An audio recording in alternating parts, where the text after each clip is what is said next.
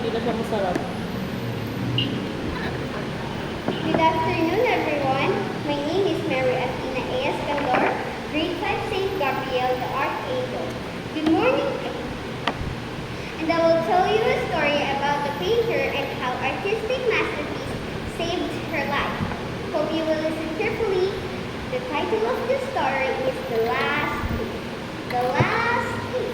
In a small part of the city west of Washington Square, the streets have gone wild.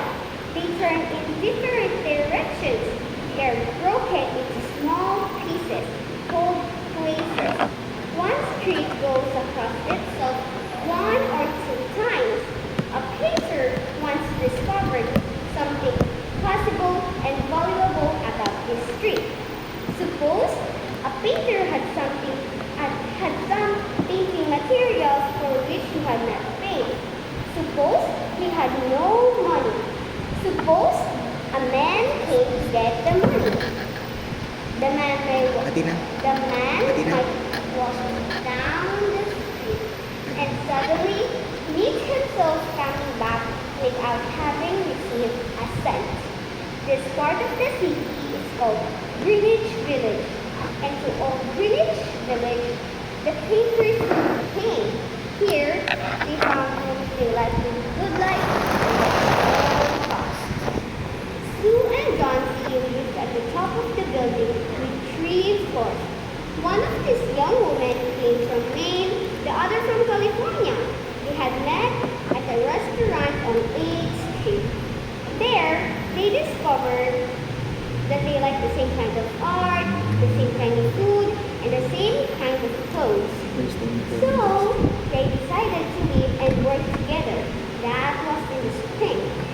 Toward winter, a cold stranger entered Greenwich Village. No one could see him. He walked around, touching one person here and another. There with his icy fingers. He was a bad sickness. Doctors called him pneumonia. On the east side of the city, he carried touching many people, but in the narrow streets of Greenwich Village, he did not move so quickly. Mr. Pneumonia was but a nice old gentleman. A nice old gentleman would not hurt a little weak woman from California. But Mr. Pneumonia touched Johnson with his cold fingers. She lay on bed, almost without moving, and she looked through the window at the wall of the house next to her. One morning, the busy doctor spoke to Sue, alone in the hall where Johnson could not hear. She has a very small chance, he said. She has a chance if she wants to live. If people don't want to live, I can't do much for them. Your little lady has decided that she is not going to get well. Is there something that is troubling her? She always wanted to go to Italy and paint a picture of the Day of Naples, said Sue. Paint? Not paint. Is there anything worth being troubled about? A man? A man? Said Sue. Is a man worth? No, doctor, there is not a man. It is weakness, said the doctor. I will do all I know how to do. But when a sick person begins to feel that he's going to die, half my work is useless. Talk to her about new winter clothes. If she were interested in the future, her chances would be better. After the doctor had gone, Sue went into the walk-room to try. Then she went to Johnson's room. She carried some of her painting materials, and she was singing, la la la la la la. John lay there, very thin and very quiet. Her face was turned toward the window. Sue stopped singing, thinking that John was asleep. Sue began to work. As she worked, she heard a low sound. Again and again, she went quickly to the bedside. John's eyes were wide open. She was looking out the window and until counting back. 12, she said, and a little later, 11, and then 10, and 9, and then 8, and 7, almost together. Sue looked out the window. What was there to count? There was only the side wall of the next house. A short distance away, the wall had no window. An old tree grew against the wall. The cold breath of winter had already touched it. Almost all its leaves had fallen from its dark branches. "What is it here?" asked Sue. "6," said Jancy, in a voice still lower. "They're falling faster now. 3 days ago, there were almost 100. It hurt my head to count them. But now, it's easy. There goes another one. There are only 5 now." "5 what, dear? Tell your Sue." "Leaves on the tree. When the last one falls, I must go too. I've been on it for 3 days. Didn't the doctor tell you?" "Oh, I never heard such a thing," said Sue. "It doesn't have any sense in it. What does an old tree have to do with you? Or with your getting well? And you used to love the tree so much. Don't be a little fool. The doctor told me your chances of getting well. He told me this morning. Said you had a very good chances. Try to eat a little now, and then I'll go back to work, and then I can sell my picture, and then I can buy something more for you to eat to make you strong. And then you don't have to buy anything for me," said Johnson. She still looked out the window. There goes another. "No, I don't want anything to eat. No, there are 4. I want to see the last one fall before the night, then I'll go too." "Johncy, dear," said Sue, "will you promise me to close your eyes and keep them closed? Will you promise not to look out the window until I finish working? I must have this picture ready tomorrow. I need the light. I can't close the window." "Couldn't you work in the other room?" asked Johncy. "I'd rather be here by you," said Sue. "And I don't want you to look at those leaves. Tell me as soon as you have finished," said Johncy. She closed her eyes and lay white and still. "Because I want to see the last leaf fall. I have done enough waiting. I have done enough thinking. I want to go sailing down, with one of those leaves. Try to sleep," said he. "I must call your man to come up here. I want to paint a man in this picture, and I'll make him look like your man. I won't be gone a minute. Don't try to move till I come back." Old Burman was a painter who lived on the first floor of their house. He was past 60. He had no success as a painter. For 40 years he had painted without ever painting a good picture. He had always thought of painting a great picture, a masterpiece, but he had never yet started it. He got a little money by letting others paint pictures of him. He drank too much. He still talked of his great masterpiece, and he believed that it was his special duty to do everything possible to help Sue and Johncy. Sue found him in the dark room, and she knew that he had been drinking. She could smell it. She told him about Johncy and the leaves on the vine. She said that she was afraid that Johncy would indeed sink down like the leaf. Her hold on the world was growing weaker. Oberheim shouted his anger over such an idea. "What?" she cried.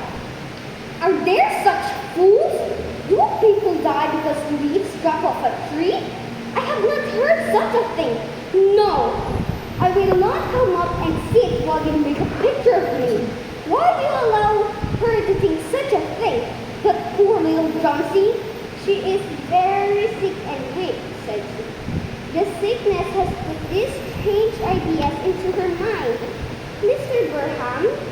If you won't come, you won't. But I don't think you are very nice. This is like a woman, shouted the man.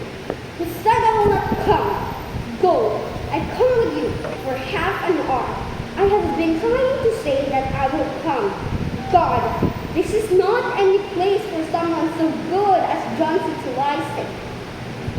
Someday I shall pay my masterpiece and we shall all go away from here. God, yes! John C. was sleeping when they went up. Sue covered the window and took Berman into the oven room. There, they looked out the window fearfully at the tree, and then looked at each other for a moment without speaking.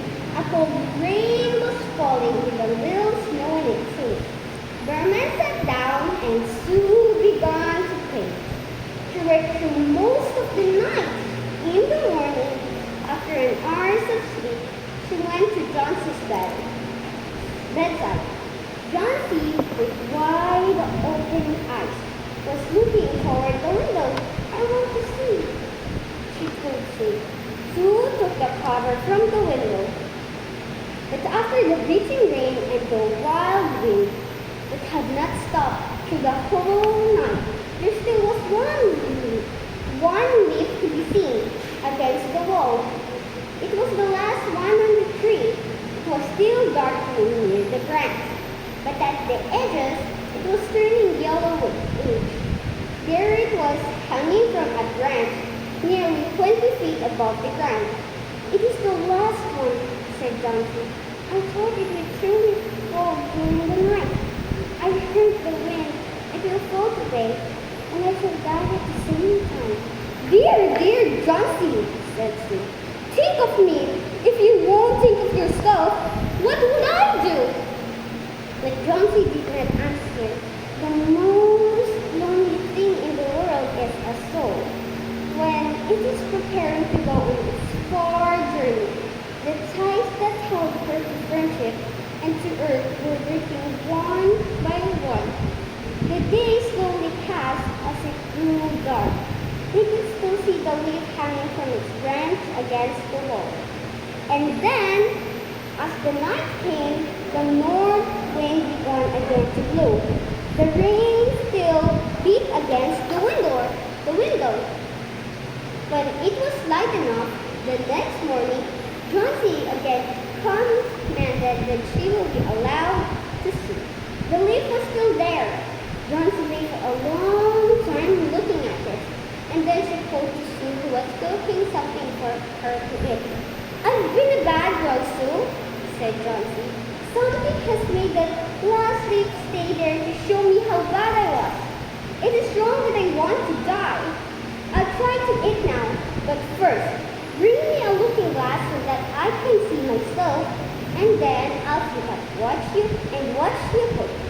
An hour later, she said, Sue, someday I hope to paint the Bay of Naples. The doctors came in the afternoon. Sue followed him in the hall outside Johnson's room to talk to him. The chances are good, said the doctor. He took Sue's thin, shaking hands in his. Give her good care, and she'll get well. And now, I will see another sick person in this house.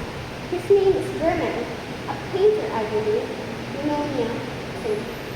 Mike is an old, weak man, and he is very ill. There is no hope for him, but we take him to the hospital today. We'll make it as easy for him as we can. The next day, the doctor said to Sue, she's safe. You have done it. Food and care, that's all. And that afternoon, Sue came to bed where John C. lay. She put one arm around her. I have something to tell you, she said. Mr. Burham died of pneumonia today in the hospital. He was ill only 2 days. Someone found him in the morning of the first day in his room. He was hopelessly pain. His shoes and his clothes were wet as cold as ice. Everyone wondered where he had been. The night had been so cold.